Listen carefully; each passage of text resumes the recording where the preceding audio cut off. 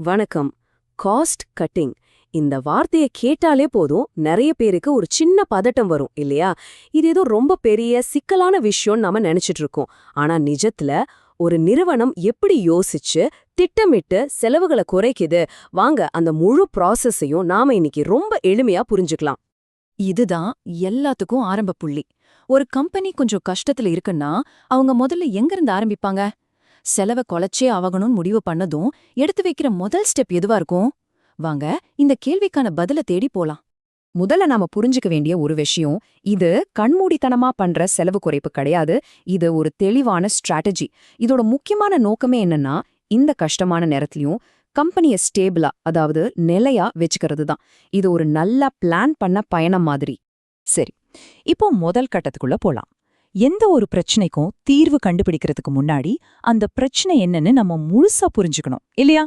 எங்கேயும் அதே கான்செப்ட் தான். கம்பெனியோட பணம் எங்க போகுதுன்னு சரியா தெரிஞ்சாதானே எங்க குறைக்க முடியும்னு முடிவு பண்ண முடியும். ஒரு கம்பெனியோட பணம் எங்கெல்லாம் போகுதுன்னு சும்மா பாருங்க. ஒரே பார்வையில பெரிய பங்கு சம்பளம், செயல்பாடுகள் மாதிரியான விஷயங்களுக்கு போறது நல்லாவே தெரியுது. இதனாலதான் செலவு குறைப்புன்னு ஆரம்பிக்கும்போது அவங்களோட கவனம் முதல்ல இந்த பெரிய இடங்களுக்கு தான் போகும். பாருங்க, எல்லா இலக்குகளையும் ஒரே மாதிரி பார்க்க முடியாது. சிலது உடனடி தீர்வு மாதிரி உடனடியா செய்யக்கூடிய சின்ன சின்ன மாற்றங்கள். சிலது குறுகிய கால இலக்குகள், அதாவது ஒரு 3 மாசத்திலிருந்து 6 மாசத்துல முடிக்க வேண்டியது. இன்னும் சிலது நீண்ட கால இலக்குகள். இது கம்பெனியோட அடித்தளத்தையே மாற்றி அமைக்கிற பெரிய திட்டங்களா இருக்கும். கம்பெனியோட மொத்த இலக்க ஒவ்வொரு டிபார்ட்மெண்ட்டுக்கும் பிரிச்சு கொடுப்பாங்க. இப்போ ஹெச்ஆர், மார்க்கெட்டிங், டெக்னாலஜின்னு ஒவ்வொரு டீமுக்கும் அவங்க பங்குக்கு என்ன செய்யணும்னு ஒரு பொறுப்பு வந்துடும். ஏன்னா எல்லாரும் சேர்ந்து வேலை செஞ்சாதான் அந்த பெரிய இலக்க அடைய முடியும். ஓகே, பிளான் எல்லாம் பண்ணியாச்சு. இப்போ அதை எப்படி செயல்படுத்துறாங்கன்னு பாப்போம். இந்த இலக்குகளை அடையறதுக்கு கம்பெனிங்க என்னென்ன வழிகளை பயன்படுத்துறாங்க? வாங்க அதை தெரிஞ்சுக்கலாம்.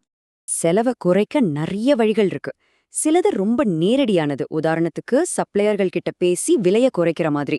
சிலது டெக்னாலஜியை பயன்படுத்துறது, அதாவது ஆட்டோமேஷன். இன்னும் சிலது பெரிய முடிவுகள், ஆபீஸ்களை ஒன்னா இணைக்கிறதோ சில வேலைகளை அவுட் சோர்ஸ் பண்றதோ.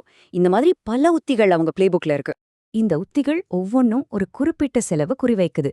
உதாரணமா, வாடகை மாதிரியான ஃபிக்ஸ்டு காஸ்ட், உற்பத்திக்கு தேவையான வேரியபிள் காஸ்ட்னு எல்லாத்தையும் துல்லியமா குறிவச்சு தாக்குவாங்க. இதுல எதுவுமே தற்செயலா நடக்கறதில்ல, எல்லாமே பிளான் படிதான். இப்போ இந்த முழு ப்ராசஸ்லயே மிக முக்கியமான, ரொம்ப சென்சிட்டிவான ஒரு பகுதிக்கு வர்றோம்.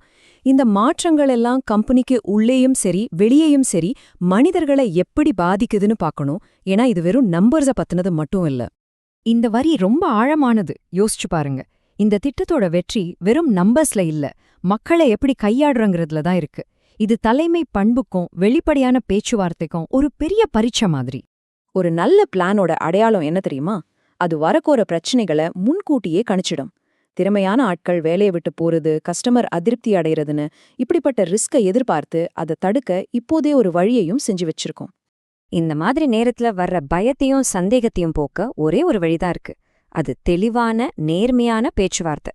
ஏன் இந்த மாற்றங்கள் தேவை அப்படிங்கிற காரணத்தை ஊழியர்கள், முதலீட்டாளர்கள்னு எல்லாருக்கும் புரிய வச்சுட்டா அவங்களோட நம்பிக்கையை நாம இழக்க மாட்டோம். ஓகே, பிளான் போட்டாச்சு, செயல்படுத்தியாச்சு. ஆனா வேலை முடிஞ்சிடுச்சா? இல்ல. இப்போதான் ரொம்ப முக்கியமான கட்டம். செஞ்ச மாற்றங்கள்லாம் உண்மையிலே பலன் கொடுக்குதா, கம்பெனி சரியான பாதைக்கு திரும்புதான்னு பார்க்க வேண்டாமா? வாங்க பாப்போம். இங்க பாருங்க, இதுதான் அந்த திட்டத்தோட நேரடி விளைவு. மாசம் ஆகிற செயற்பாட்டு செலவு 25% குறைஞ்சிருக்கு. இது வெறும் நம்பர் இல்ல, செஞ்ச வேலைக்கு கிடைச்ச முதல் வெற்றி. அடுத்ததா இத பாருங்க, லாபம் 15% அதிகரிச்சிருக்கு. இது என்ன சொல்லுதுன்னா, நாம செலவை மட்டும் குறைக்கல, கம்பெனியோட செயல்திறனையும் அதிகமாக்கியிருக்கோன்னு அர்த்தம். குறைவான செலவுல அதிக லாபம், இதுதானே உண்மையான நோக்கம். வெற்றிங்கிறது ஒரே ஒரு நம்பர்ல தெரியாது. அதுக்குதான் இந்த மாதிரி ஒரு டேஷ்போர்டு. இது ஒரு ரிப்போர்ட் கார்டு மாதிரி. ஆரம்பத்துல வச்ச இலக்குகளோட ஒப்பிட்டு நாம சரியா போறோமா இல்லையான்னு மாசம் காலாண்டுக்கு ஒரு முறை செக் பண்ணிட்டே இருப்பாங்க.